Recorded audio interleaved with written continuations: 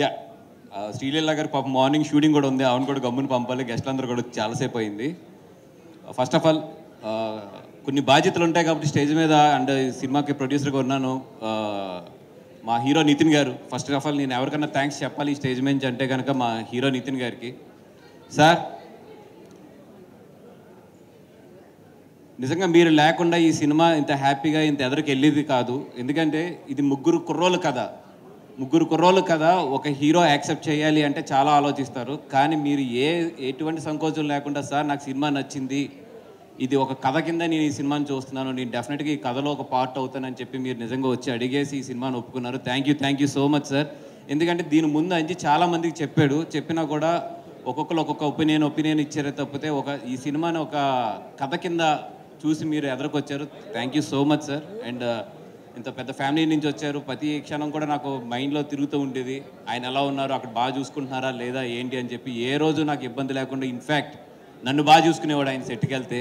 అంత నిజంగా యూనిట్తో కలిసిపోయి అంత బాధ్యత తీసుకుని అక్కడ అవుట్డోర్లో అన్ని రోజులుండి పాపం ట్యాన్ కూడా అయిపోయారు పాపం చాలా. అప్పుడు thank you so much for everything.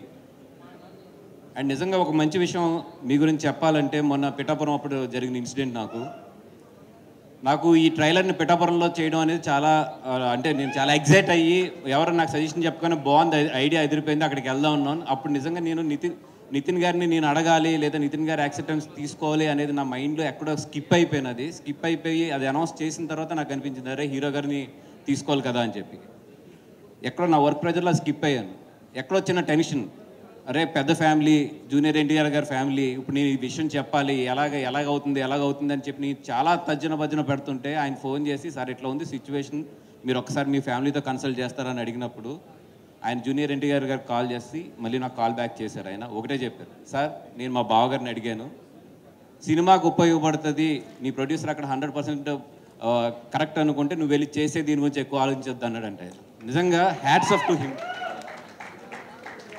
అంటే ఒక విషయాన్ని ఒక సినిమా వరకే ఆలోచించడం అనేది నిజంగా అది చాలా మెచ్యూర్డ్గా ఇచ్చిన సజెషన్ అది. Thank you so much sir. And ఈరోజు నేను ఇందాక కార్లో వస్తున్నప్పుడు అరవింద్ గారు చిన్న స్పేస్ తీసుకుంటాను, నాకు తెలుసు గోల్డ్ లేదులేండి.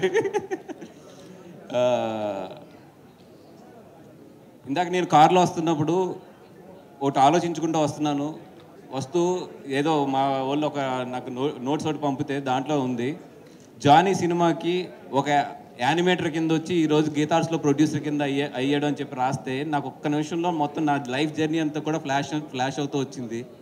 దానికి ఏదో రోజు నేను అరవింద్ గారి గురించి స్టేజ్ మీద మాట్లాడాలి. అది ఈ రోజు కాదు, ఆ రోజు తొందరలోనే వస్తుంది. కానీ ఈరోజు క్లుప్తంగా మాత్రం ఒక మాట చెప్తాను. ఒక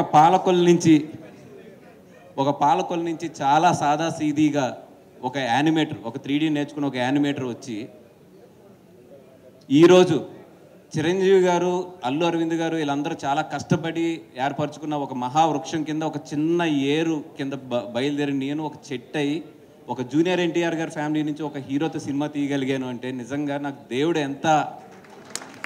ఎంత అదృష్టం, ఏ జనంలో నేను ఇది చేసుకున్న పుణ్యం అయి ఉంటుంది అనుకున్నాను. అదేవిధంగా నేను చిన్నప్పటి నుంచి కూడా పవన్ కళ్యాణ్ గారి అభిమాని. అంటే ఆయన ఖుషి సినిమా చూసి మా నాన్న దగ్గర అంబాసిడర్కి తాళాలు దొబ్బేసి నేను సెల్ఫ్ డ్రైవ్ చేసుకుంటూ హైదరాబాద్ వచ్చిన కుర్రోడిని ఈరోజు ఎంత పుణ్యం చేసుకుని ఉంటే ఆయనతో పాటు ఒక పొలిటికల్ జర్నీలో ఆయన వెనకాల అడుగులు అడిగేసుకెళ్ళగలుగుతున్నానంటే ఎక్కడో ఏదో పెద్ద పుణ్యం చేస్తుంటాను నేను అని చెప్పి. ఇంత మంచి జర్నీ నాది వెళ్తున్నది. మొన్న 3 days బ్యాక్ మా టీం అంతా కూడా కూర్చున్నప్పుడు పబ్లిసిటీ తక్కువ ఉంది, నువ్వేమో కాపీ మీద ఉంటున్నావు, కాపీ రెడీ చేస్తూ ఉన్నావు, పబ్లిసిటీ తగ్గుతుంది, హెవీ కాంపిటీషన్ ఉంది, ఏం చేస్తావు అని అడుగుతున్నారు. నాకు ఒక్కటే ధైర్యం, ఎప్పుడు నా లైఫ్లో ఒకడు ఉన్నాడు, నేను ఎక్కడున్నా ఏం చేస్తున్నా ఎలా ఉన్నా కూడా నాకు అవసరం ఉన్నప్పుడు మాత్రం అతను వచ్చి నిలబడతాడు. నేను అది అడగక్కర్లేదు కూడా. చాలామంది ఏంటంటే అతన్ని అడగండి అంటున్నారు, నేను అడగట్లా. డైలాగ్స్ కూడా పడుతున్నాయి, ఏమని లేదు వీళ్ళిద్దరికి ఏదో గ్యాప్ వచ్చింది, ఈయన ఆయనతో సరిగ్గా ఉండట్లేదు, ఆయన ఈయనతో సరిగ్గా ఉండట్లేదు, ఇవన్నీ డైలాగ్స్ పడుతూనే ఉన్నాయి, నాకు వినపడుతూనే ఉన్నాయి. కానీ నాకు తెలుసు నేను కష్టంలో ఉన్నానంటే ఇద్దరు నన్ను గుర్తుపడతారు. ఒకటి మా అమ్మ, 2 నా స్నేహితుడు బన్నీ. నేను కమ్యూనికేట్ చేయక్కర్లేదు, నేను అడగక్కర్లేదు, నాకు అవసరం ఉంది అంటే అతను వచ్చి నిలబడతాడు. ఆ విషయం నాకు తెలుసు. అందుకే ఈరోజు 11 గంటలకి తన ట్విట్టర్ హ్యాండిల్ ఎంత స్పెషల్గా తను చూసుకుంటాడో నాకు తెలుసు. అది చాలా తను కనెక్ట్ అయితే తప్పితే ఆ హ్యాండిల్ వేయడు. అట్లాంటిది నేను ఒక్క మాట అడగలేదు, ఏం అడగలేదు. వీడికి ఇప్పుడు అవసరం అనేది ఎక్కడో ఆయన మనసులో తట్టింది, ఆయన వేసాడు అంతే. 7 లక్షల వ్యూస్ ఈరోజు. అదేవిధంగా ఆయన ఇన్స్టాగ్రామ్ తీసుకుంటే 7 లక్షల, ఇంచుమించు 6,50,000 వ్యూస్ ఇందాక నేను చూస్తుంటే, ఒక స్నేహితుడికి ఎప్పుడు నిలబడాలి, ఎలా నిలబడాలి అనేది తెలిసిన ఒకే ఒక వ్యక్తి ఎవరంటే నా లైఫ్లో అయితే అది బన్నీ గారు.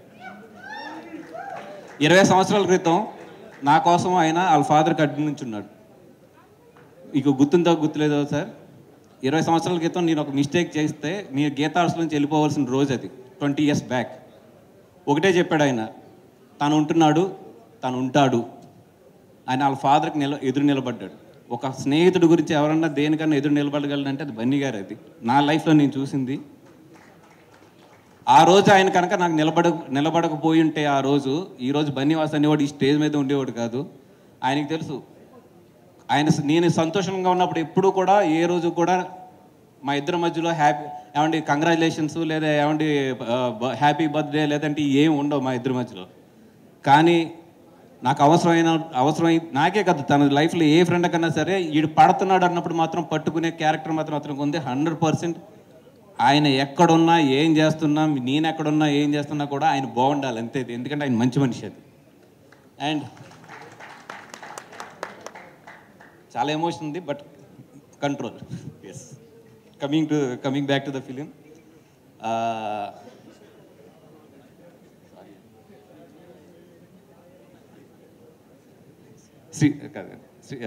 Nitin garu, Sreeleela garu, thank you so much. Morning shooting ఉంది, నాకు తెలిసి మీరు కంగారులో ఉన్నారని చెప్పి. Thank you so much for coming and wishing.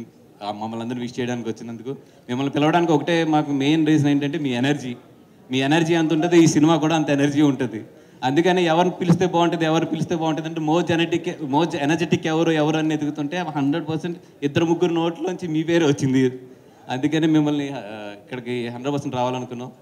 అట్లాగే మా నిఖిల్ భాయ్ ఫోన్ చేస్తే ఒకటే అన్నాడు, ఎవరిని పిలుస్తున్నావు, ఎందుకు పిలుస్తున్నావు అన్నాడు. అంటే నిఖిల్ భాయ్ ఇట్లా ఫంక్షన్ ఉందంటే, నా ఫంక్షన్కి నేను వస్తున్నాను, ఇది నా బ్యానరు, నా సినిమా, నేను వస్తున్నాను, నేను గెస్ట్ ఇవన్నీ కాదు, నా సినిమాకి నేను వస్తున్నాను, I'm also like A producer అని చెప్పి నాకు ఇంకా రెండో మాట కూడా నాతో మాట్లాడించకుండా ఎన్నింటికి రావాలి, ఎక్కడికి రావాలి, నాకు ఎవరు కమ్యూనికేట్ చేస్తారని చెప్పాడు.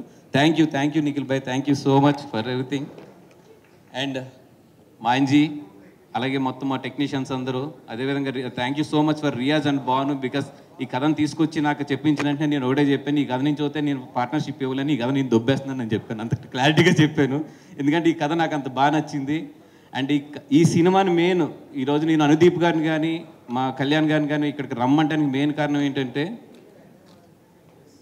సార్ నేను జాతిరత్నాలు చూసినప్పుడు ఇంటికి వెళ్ళి కుళ్ళుకున్నా.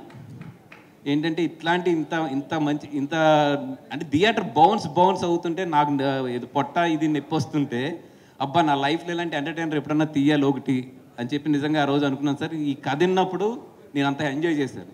నిజంగా మీరు జాతిరత్నాలు అనేది తీయకుండా ఉంటే కనుక మాకు ఒక స్క్రీన్ ప్లే మీద నవ్విస్తూ తీసుకెళ్లే సినిమా మీద నమ్మకం వచ్చేది కాదు. Thank you so much. మీ జాతిరత్నాలు అనేది ఎంతమందికి లైఫ్ ఇచ్చిందో, అదేవిధంగా మ్యాడ్ ఈ మధ్యలో చూసిన one of the best timer థియేటర్లో. నాకు చాలాసార్లు మీతో కూడా చెప్పినట్టున్నాను. Thank you so much for entertaining us. ఈ సినిమా డెఫినెట్గా అంత నవ్వించాలని కోరుకుంటున్నాను సార్. అండ్ వంజీ కూడా చాలా బాగా చేశాడు. అండ్ మా అజయ్ అర్సద్ అండ్ మా రామ్ గారు, వీళ్ళందరికీ కూడా థ్యాంక్ యూ సో మచ్. మాట్లాడాలి బట్ చాలాసేపు అయింది. ప్రతి టెక్నీషియన్స్కి అందరికీ కూడా మాట్లాడాలి, కానీ ఇక్కడ స్టేజ్ మీద అంత టైం లేదు కాబట్టి thank you so much for every technician. And Nitin garu and everybody and Vinod Kumar garu, thank you so much. Nayan, నేను మళ్ళీ ఒక టైం తీసుకుని డెఫినెట్గా మాట్లాడతాను. Thank you so much.